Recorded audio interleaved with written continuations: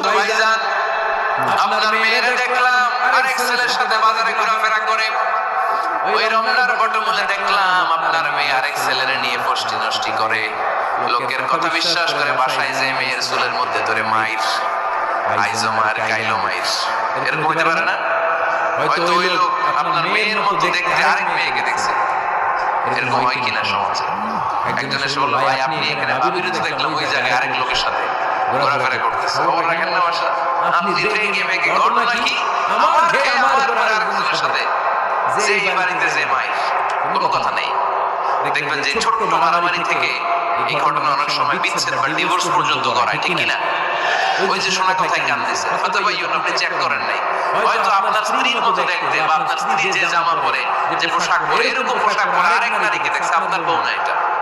আপনার মেয়ের ব্যাপারে যে তথ্য দিয়েছে এটা সঠিক নয়, সে আপনার মেয়ের মতো আরেকটা মেয়ে